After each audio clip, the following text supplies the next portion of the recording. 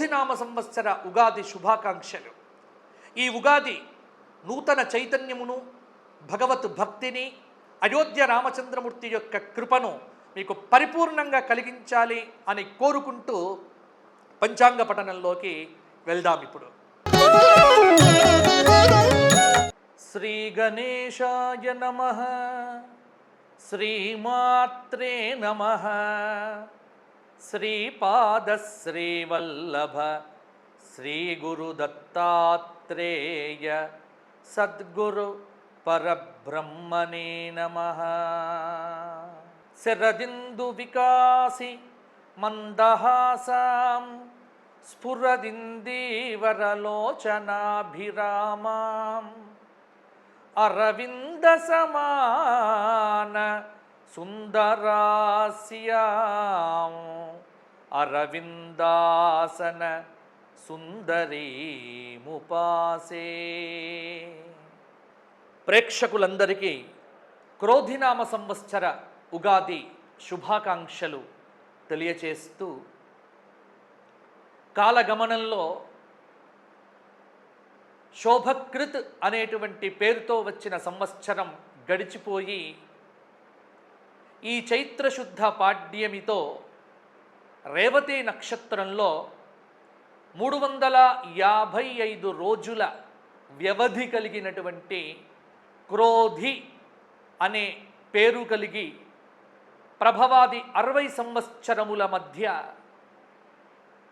38వ సంవత్సరంగా కలియుగ ప్రారంభము నుండి 5125వ సంవత్సరంగా సృష్టి ప్రారంభమై 159,58,125వ సంవత్సరంగా క్రోధి అనేటువంటి పేరుతో నూతన సంవత్సరం ప్రారంభం అవుతోంది ఈ రోజుతో. ఉగాది అనగానే తప్పకుండా చేయాల్సినటువంటి పనులు కొన్ని ఉన్నాయి.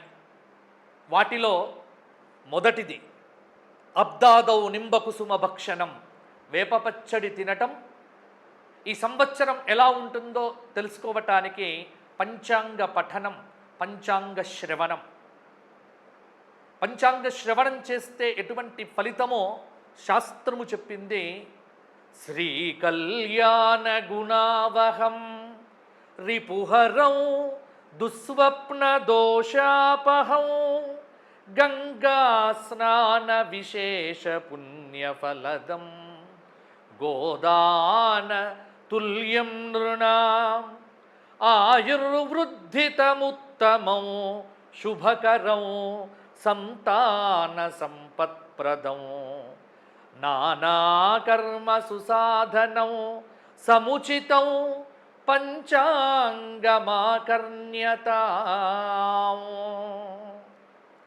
సకల శుభాలను అనుగ్రహించేది, దుస్వప్న దోషాలను హరించేది, గంగానదిలో స్నానమాచరించి పుణ్యాన్ని కలిగించేది, గోదాన భాగ్యాన్ని అనుగ్రహించేది, ఆయురారోగ్య విద్యా బుద్ధులను సత్సంతానాన్ని ప్రసాదించేది, సకల పరికర్మలను, సకల దుష్కర్మలను పరిహరించేటువంటి పంచాంగ శ్రవణానికి మీ అందరికీ స్వాగతం.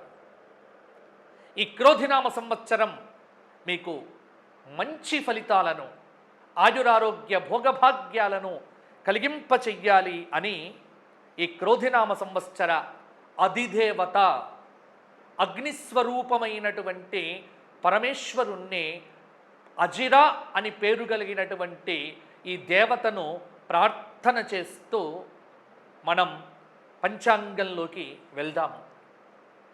క్రోధి, దీనికి అర్థం ఏమిటి? క్రోధ అస్యాస్తితి క్రోధి, క్రోధమును కలిగించేటువంటిది, కోపతాపాలను అధికం చేసేటువంటి సంవత్సరం క్రోధినామ సంవత్సరం. ఇది సాధారణమైనటువంటి అర్థం. పురాణంలో ఈ సంవత్సర శ్లోకాన్ని చెప్పడం జరిగింది. ఏమిటి అంటే చక్కగా మనకు వివరణ చేసినారు. ఈ సంవత్సర ఫలితం ఎలా ఉంటుందో చెబుతూ క్రోధ్యబ్దే త్వకిల లోకాః క్రోధలోభపరాయణాః ఈతి దోషేణ నియతం మధ్య సస్యార్ఘవృష్టయః అవిసంతీయ క్రోధిన్యబ్ధే సస్య సమృద్ధయః దంపత్యోర్హు వైరమన్యోన్యో ప్రజానాంచ పరస్పరం. ఇక్కడ క్రోధ్యబ్దే త్వకిల లోకాః, ఈ క్రోధి అనే పేరు కలిగినటువంటి ఈ సంవత్సరంలో సమస్తమైనటువంటి లోకముల యందున్నటువంటి జనులంతా క్రోధ లోభపరాయణాః, క్రోధము చేత లోభము చేత చాలా కొట్టుమిట్టాడుతూ ఈతి దోషముల చేత ఇబ్బంది పడుతూ కొంత మధ్యమైనటువంటి పంటలతో వర్షములతో ఈ సంవత్సరమంతా ఉంటుంది అని ఒక పురాణ వచనం. అలాగే అభిసంతీయ క్రోధిన్యబ్దే అన్న శ్లోకాన్ని పట్టుకొని చూస్తే ఈ క్రోధినామ సంవత్సరం ఈతి బాధలు, అల్పవృష్టి చేత సస్యములు మధ్యముగా ఫలించే అవకాశం, ప్రజలలో వ్యాధి పీడలు కలగవచ్చు, క్రోధ లోభ పరాయణులైనటువంటి రాజుల చేత ప్రజలకు ఇబ్బందులు కలగవచ్చు అనేటువంటి విషయంలో చెప్పడం జరిగింది. ఈ సంవత్సరం మనకు నవనాయకుల యొక్క ఫలితాలను విశ్లేషణగా చూస్తే క్రోధినామ సంవత్సరం మంగళవారం నాడు వచ్చింది కాబట్టి మంగళవారానికి అధిపతి కుజుడు కాబట్టి ఎటువంటి ఫలితం అంటే భౌమస్య రాజ్యే అగ్నిభయం ధరిత్రీ సస్యేకహీనా క్వచిదేవ వృష్టి చోరాః ప్రభూత మనుజేశ్వరానాం స్యాద్ విగ్రహో అన్యోన్య జయాయనూనం. శాస్త్రము చెప్పింది భౌమస్య రాజ్యే అగ్నిభయం ధరిత్రీ, కుజుడు రాజు కావటం చేత ఈ లోకములన్నింటికి భయం కలుగుతుంది. ఏం భయం? అగ్ని భయం. అగ్ని ప్రమాదములు ఈ సంవత్సరం అధికముగా జరిగే ఆస్కారం ఉంది. శస్త్రభయము, కొంత పంటలు తగ్గవచ్చు, అల్పవృష్టి కలగవచ్చు, దుర్మార్గులు ప్రబలులు అయినటువంటి వారికి అవకాశం రావచ్చు. ఇక రాజులు ఎలా ఉంటారో ఒకడి మీద ఒకడికి జయం కలగాలనేటువంటి జయకాంక్షతో యుద్ధములు చేయటానికి సిద్ధంగా ఉంటారు. వస్తువుల ధరలు ఈ సంవత్సరం ఖచ్చితంగా పెరుగుతాయి. ఎందుకంటే రాజు నావను ఎక్కి వస్తున్నాడు ఈ సంవత్సరం కుజుడు. అంటే ఎప్పుడు ఊగిసలాట, పరిపాలన కూడా కొంత మంచి చేయటానికి కొంత ప్రయత్నం అనేటువంటిదే జరుగుతుంది. ప్రపంచమునందు యుద్ధ ప్రమాదము వచ్చే ఆస్కారము కూడా ఉంది. ఎందుకంటే మంత్రి శనయ్యాడు, సేనాధిపతి శని కావటం వల్ల వచ్చేటువంటి ఫలితాన్ని పంచాంగం చెప్పింది. సేనాధిపతి శని కావటం చేత యుద్ధాలు సిద్ధంగా ఉంటాయట. ప్రపంచంలో యుద్ధకాంక్ష పెరుగుతుంది. ఒక దేశం మీద ఒక దేశం యుద్ధం, సైన్య నష్టములు కలిగే ఆస్కారము ఉంది. అలాగే ధాన్యాధిపతి చంద్రుడయ్యాడు, అర్ఘాధిపతి శనయ్యాడు, మేఘాధిపతి శనయ్యాడు, రసాధిపతి గురువయ్యాడు, నీరసాధిపతి కుజుడయ్యాడు. వీటన్నింటి యొక్క ఫలితాంశములను బట్టి ఈ క్రోధినామ సంవత్సరం యొక్క విశేషాలను ఇప్పుడు మనం చూద్దాము. నవనాయకుల్లో చాలా వరకు కూడా అంటే పాపగ్రహములు అని మనం వాడతాం జ్యోతిష్ శాస్త్రంలో, కానీ నాకు అలా అనబుద్ధి కాదు. గ్రహము ఏదైనా దేవతా సంబంధమైనటువంటిదే కాబట్టి సాధారణంగా టర్మినాలజీలో పాపగ్రహాలు శుభగ్రహాలు అని వాడతారు. అంటే జీవుల యొక్క పాపకర్మకు ఫలమిచ్చేటువంటి గ్రహాలు పాపగ్రహాలు అన్న శబ్దంలో వాడతారు. ఇప్పుడు శని కానీ కుజుడు కానీ రాహువు కానీ ఇక్కడ వీరు కర్మదోషాలను ఇచ్చేటువంటి వారు, కర్మలను అనుభవింపజేసేటువంటి వారు. కాబట్టి ఆధిపత్యం ఎక్కువ ఇటువంటి గ్రహములకు వచ్చింది కాబట్టి ఈ సంవత్సరము కొంత తేడానైతే ఉంటుంది. అలాగే ఇక్కడ వర్షలగ్నము, జగల్లగ్నము అని రెండు ఉంటాయండి. పంచాంగ పఠనం చేసేటువంటి వారికి ఇవి రెండు చాలా ముఖ్యమైనటువంటి ఆధారాలు. వర్షలగ్నమైన జగల్లగ్నమైన ఈ రెండు లగ్నములు ధనుర్లగ్నములు కావటం ఈ సంవత్సరం విశేషం. ఈ సంవత్సరము రాశి ఫలితాలు మనకు చాలా వరకు కూడా అందరూ కూడా ఎదురు చూసేది ఉగాది అనగానే మా రాశికి ఎలా ఉంది, మా రాశికి ఎలా ఉంది అని ఎదురు చూస్తూ ఉంటారో వారికి ఈ సంవత్సర ఫలితాలను ఒకసారి చెప్పుకుందాము. మేషరాశి అశ్విని 1, 2, 3, 4 పాదాలు, భరణి 4 పాదాలు, కృత్తిక 1వ పాదం కలిస్తే మేషరాశి. ఆదాయం 8, వ్యయం 14, రాజ్యపూజ్యం 4, అవమానం 3. మేషరాశి వారికి ఈ ఏడాది కొంతమేర బాగుంటుంది. 4/2 గ్రహబలం పట్టుదలతో ప్రయత్నం చేస్తే మంచి విజయాలు సాధించే ఆస్కారం కూడా ఉంది. ఆర్థికంగా ప్రణాళికాబద్ధంగా లేకపోతే ఇబ్బంది పడతారు. భవిష్యత్ ప్రణాళికలకు ఇది చాలా మంచి సమయము. జూలై తర్వాత కొంత మార్పు అనేటువంటిది కలగవచ్చు. అలాగే మేషరాశి వారు పరిహారంగా శివ సహస్రనామ స్తోత్ర పారాయణాదుల వల్ల కొంత ఆనందాన్ని పొందవచ్చు. కాబట్టి మేషరాశి వారికి 70% పర్వాలేదు అన్నట్టుగా ఉంది. ఇంకా మిగతాది దైవ బలాన్ని సంపాదించుకుంటే సరిపోతుంది. మంచి దైవ బలాన్ని సంపాదించుకుంటే మేషరాశి వారికి ఈ సంవత్సరం పర్వాలేదు. తదుపరి వృషభ రాశి. కృత్తిక 2, 3, 4 పాదాలు, రోహిణి 4 పాదాలు, మృగశిర 2 పాదాలు కలిపితే వృషభ రాశి. ఆదాయం 2, వ్యయం 8, రాజ్యపూజ్యం 7, అవమానం 3. వృషభ రాశి వారికి ఈ సంవత్సరము దాదాపుగా 4/1 గ్రహబలం మాత్రమే కొంత ఉంది. ఒక రకంగా చెప్పాలి అంటే శుభాశుభముల యొక్క మిశ్రమ నామ సంవత్సరము ఈ క్రోధినామ సంవత్సరం వృషభ రాశికి. ఆర్థికంగా పొదుపు సూత్రాలు పాటించండి. నిరుద్యోగులకు ఉద్యోగ రంగంలో జయం కలుగుతుంది. కొంత జూలై తర్వాత ధనలాభం అనేటువంటిది ఉంటుంది. ప్రతిదానికి తొందర పడకండి. పట్టుదలతో శ్రమిస్తే విద్యార్థులు అనుకున్నది సాధిస్తారు. కాలంతో పోటీ పడండి. కొంత ఇబ్బందికరమైనటువంటి పరిస్థితి నుంచి బయటపడతారు. ఓపికగా ఉండటం అనేటువంటిది మీకు చెప్పుకోదగినటువంటి సూచన. అదృష్టయోగం అనేటువంటిది చాలా తక్కువగా ఉంది. బాగా శ్రమ పడితేనే ప్రతి చోట విజయాలు సాధిస్తారు. గత సంవత్సరం కంటే ఈ సంవత్సరం కొంత పర్వాలేదు. ఈ సంవత్సరం వృషభ రాశి వారు లలితాదేవి ఉపాసన, జ్యోతిర్లింగ దర్శనము, ప్రతిరోజు దక్షిణామూర్తి స్తోత్ర పారాయణాదులో దత్తాత్రేయ స్వామి దర్శనం చేసుకుంటే వృషభ రాశి వారికి బాగుంటుంది. తదుపరి మిథున రాశి. మిథున రాశి వారికి మృగశిర 3, 4 పాదాలు, ఆర్ద్ర 1, 2, 3, 4 పాదాలు, పునర్వసు 3 పాదాలు కలిస్తే మిథున రాశి. ఆదాయం 5, వ్యయం 5, రాజ్యపూజ్యం 3, అవమానం 6.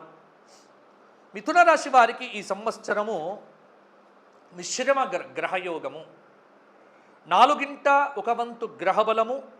అన్ని విషయాల్లో కూడా గత సంవత్సరం కంటే ఈ సంవత్సరం జాగ్రత్తలు పాటించాలి. అనుకున్నది నెరవేరాలి అంటే బాగా కష్టపడాలి. పొదుపు సూత్రం పాటించాలి. అలాగే వివాహ గడియలు, పెళ్ళిళ్ళు కావటానికి కూడా ఈ మే వరకు బాగుంది. మే తర్వాత కొంత అనుకూలమనేటువంటిది తక్కువ ఉంది కాబట్టి కొంత ప్రయత్నం చేస్తే సరిపోతుంది. ఉద్యోగం కోసం కోరుకునేటువంటి వారు కూడా గట్టి ప్రయత్నాలు చేయండి. విద్యార్థులు కష్టపడి చదవాలి. వీరికి ఈ సంవత్సరం 50% మాత్రమే అదృష్టయోగం ఉంది. ఇంకొక 50% తప్పకుండా కష్టపడాలి. తరచూ గోసేవ చేయటము, అలాగే ప్రతిరోజు రామరక్షా స్తోత్ర పారాయణం చేయటము, శివాభిషేకం చేసుకోవటం వల్ల మిథున రాశి వారికి బాగుంటుంది. తదుపరి కర్కాటక రాశి. పునర్వసు 4వ పాదం, పుష్యమి 4 పాదాలు, ఆశ్లేష 4 పాదాలు కలిస్తే కర్కాటక రాశి. కర్కాటక రాశి వారి ఆదాయం 14, వ్యయం 2, రాజ్యపూజ్యం 6, అవమానం 6. వీరికి కర్కాటక రాశి వారికి మిశ్రమ ఫలితాలు. అయితే గురుబలం అనేటువంటిది పెరుగుతోంది కాబట్టి ఇబ్బంది లేదు. కొంచెం ఇష్టం, కొంచెం కష్టం, కొంచెం పర్వాలేదు అన్నట్టుగా ఈ సంవత్సరం కొనసాగుతుంది. మిశ్రమ ఫలితాలు ఉన్నాయి. 2 వంతుల 2 వంతుల గ్రహబలం అయితే బాగుంది, కానీ ఖచ్చితంగా మీకు అష్టమ స్థానంలో ఉన్నటువంటి శనైశ్చరుడు మాత్రం తీవ్రమైనటువంటి మనస్తాపాన్ని కలిగింపజేస్తాడు. ఆర్థికంగా కలిసి వస్తుంది, కానీ విపరీతమైనటువంటి శ్రమ మాత్రము పడవలసి వస్తుంది. అదృష్టయోగం అనేటువంటిది 50% మాత్రమే ఉంది. దైవారాధన చెయ్యండి. ప్రతి శనివారం రావి చెట్టు చుట్టూ 108 ప్రదక్షిణములు చేస్తే వీరికి విష్ణు సహస్రనామ స్తోత్ర పారాయణం వల్ల, అలాగే జ్యోతిర్లింగ దర్శనాల వల్ల కూడా కొంత అనుకూలత కలుగుతుంది. తదుపరి సింహరాశి. సింహరాశి మఘా నక్షత్రం 4 పాదాలు, పుబ్బా నక్షత్రం 4 పాదాలు, ఉత్తర 1వ పాదం. ఆదాయం 2, వ్యయం 14, రాజ్యపూజ్యం 2, అవమానం 2. క్రోధినామ సంవత్సరంలో వీరికి ఆదాయం 2, వ్యయం 14, రాజ్యపూజ్యం 2, అవమానం 2. సింహరాశి వారికి కూడా గ్రహబలం తక్కువే. కొంత ఆరోగ్యంగా, కొంత ఆర్థికంగా పర్వాలేదు. జీవనాధారం అన్నింటిపైన ఆధారపడవలసి వస్తుంది. విజయ సిద్ధికి బాగా శ్రమపడాలి. అవకాశాలను సద్వినియోగం చేసుకుంటే మంచి ఫలితాలను పొందుతారు. ముఖ్యంగా కష్టే ఫలి అన్న సూత్రము వీరికి చాలా అవసరము. చాలా జాగ్రత్తగా ఉండాలి. 25% మాత్రమే అదృష్టయోగం ఉంది. కొంత ఆర్థికంగా ఇబ్బంది పడకుండా ఉండాలి అంటే పొదుపు చెయ్యండి. ఆదిత్య హృదయ స్తోత్ర పారాయణము, సూర్యాష్టక స్తోత్ర పారాయణము, రుద్రాభిషేకం చేయించుకోవటము, గోక్షేత్రంలో గోవులకు సేవ చేయటం వల్ల సింహరాశి వారికి కలిసి వస్తుంది. తదుపరి కన్యారాశి. కన్యారాశి ఉత్తర 2, 3, 4 పాదాలు, హస్త 4 పాదాలు, చిత్తా 1, 2 పాదాలు. కన్యారాశి వారి ఆదాయం 5, వ్యయం 5, రాజ్యపూజ్యం 5, అవమానం 2. కన్యారాశి వారికి ఈ సంవత్సరము ఒక రకంగా చెప్పాలి అంటే ఖచ్చితంగా ఈ సంవత్సరం ఎంతో కొంత మంచి అయితే జరుగుతుంది. దాదాపు 4 వంతుల గ్రహబలం అయితే ఉంది. కష్టపడాలి, అనుకున్నది సాధించగలుగుతారు. ఆర్థికంగా ఇబ్బంది ఉండదు. ఎన్నో రోజుల నుంచి రాని అవకాశాలు ఇప్పుడు వస్తాయి. ఇప్పుడు అవకాశాలు విడిచిపెట్టుకుంటే మాత్రం ఇక ఎప్పటికీ మీరు చేసుకోలేరు. వివాహం కానటువంటి వారు ప్రయత్నం చేస్తే వివాహాలు తప్పకుండా సిద్ధిస్తాయి. దాదాపుగా 50% అదృష్టం ఉంది, 50% కష్టపడాలి. సుబ్రహ్మణ్య స్వామి దర్శనం చేసుకోవటం, సుబ్రహ్మణ్య అష్టక స్తోత్రపారాయణం చేయటం, సుబ్రహ్మణ్య క్షేత్ర దర్శనం చేసుకోవటం, దత్తాత్రేయ స్వామి స్తోత్రపారాయణం చేసుకోవడం వల్ల మంచి ఫలితాలు పొందుతారు. తదుపరి తులారాశి. చిత్తా 3, 4 పాదాలు, స్వాతి 4 పాదాలు, విశాఖ 3 పాదాలు కలిస్తే తులారాశి. ఆదాయం 2, వ్యయం 8, రాజ్యపూజ్యం 1, అవమానం 5. తులారాశి వారికి. తులారాశి వారికి ఈ సంవత్సరం కొంత బాగుంటుంది అని చెప్పవచ్చు. అందరూ మిశ్రమ ఫలితాలు అని చెప్తున్నారేమో, కానీ నేను మాత్రము కొంత గత సంవత్సరం కంటే ఈ సంవత్సరం క్రోధినామ సంవత్సరం తులారాశి వారికి కలిసి వస్తుంది.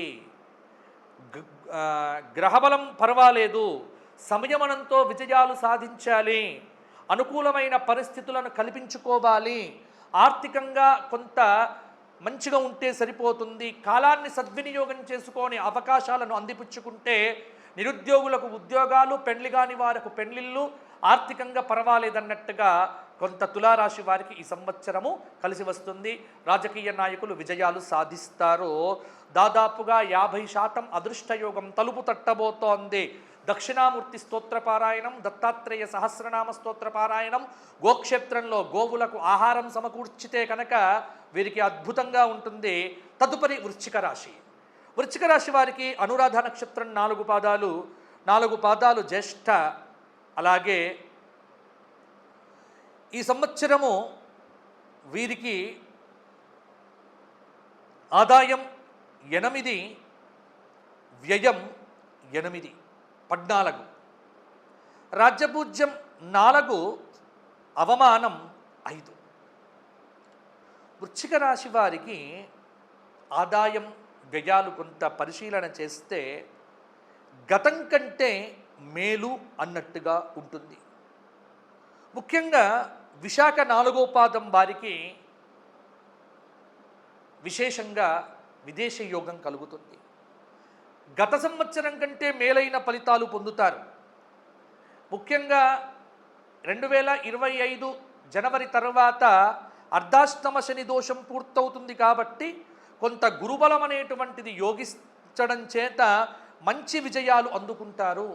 కాబట్టి వృశ్చిక రాశి వారికి ప్రథమార్థము కంటే ద్వితీయార్థము కలిసి వస్తుంది. అంటే ఈ సెప్టెంబర్ తర్వాత యోగంగా ఉంటుంది. కష్టపడితే మంచి ఫలితాలు సాధిస్తారు. కొంత అర్ధాష్టమ శని దోషం పోతే అన్ని రకాలుగా బాగుంటుంది.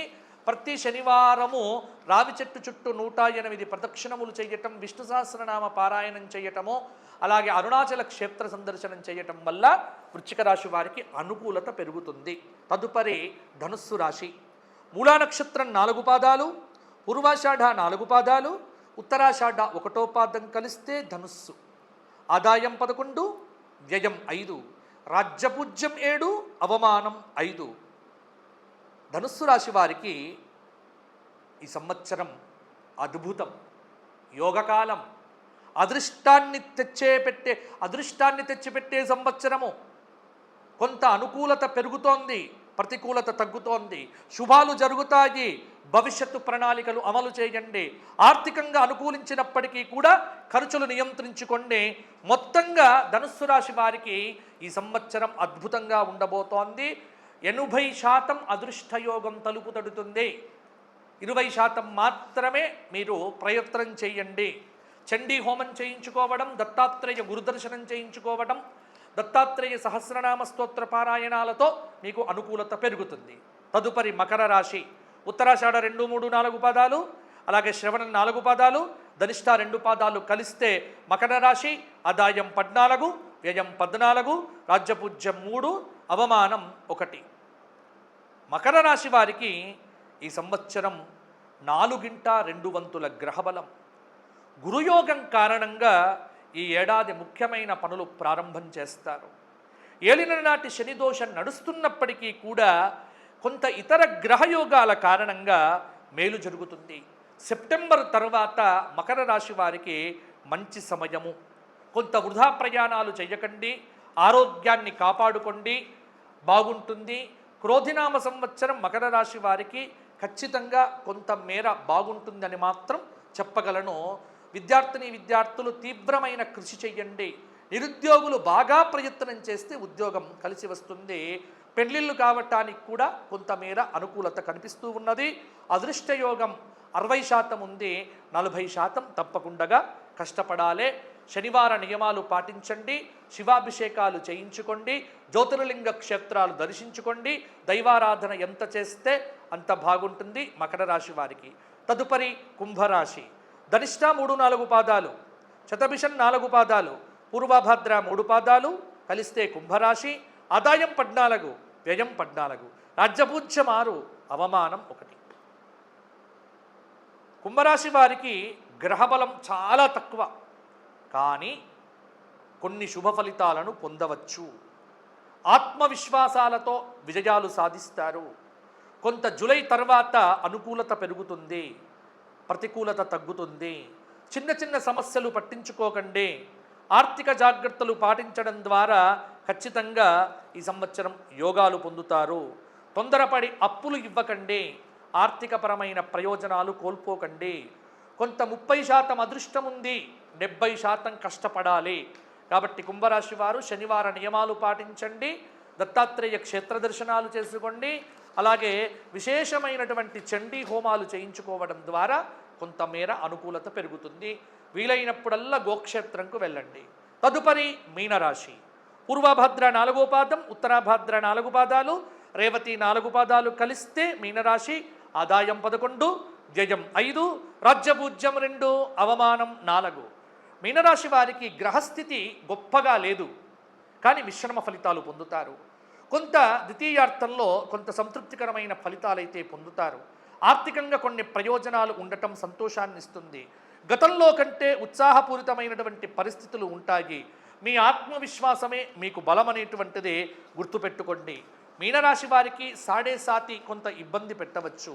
దాదాపుగా 35% అదృష్టయోగము, మిగతా 65% గ్రహబలం అనేటువంటిది అస్సలు లేకుండా వల్ల కష్టే ఫలి అన్న విధంగా ఫలితాలు ఉంటాయి. ఎవరితో గొడవలు పెట్టుకోకండి, చాలా జాగ్రత్తగా ఉండే ప్రయత్నం చేయండి.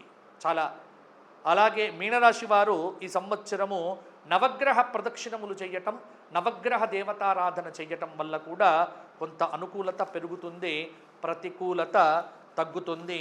కొన్ని విషయాలలో జాగ్రత్తగా ఉంటే సరిపోతుంది. అలాగే గోక్షేత్రంలో గోవులకు ఏదైనా దానం చెయ్యండి. ఈ విధంగా ఈ సంవత్సరము మేషాది 12 రాశుల వారికి ఫలితాలను, ఆదాయ వ్యయాలను, రాజపూజ్య అవమానాలను చెప్పడం జరిగింది. ఎవ్వరికి ఇబ్బంది లేకుండా మీరంతా కూడా చాలా జాగ్రత్తగా, హాయిగా దైవబలం సంపాదించుకునే ప్రయత్నం చేయండి.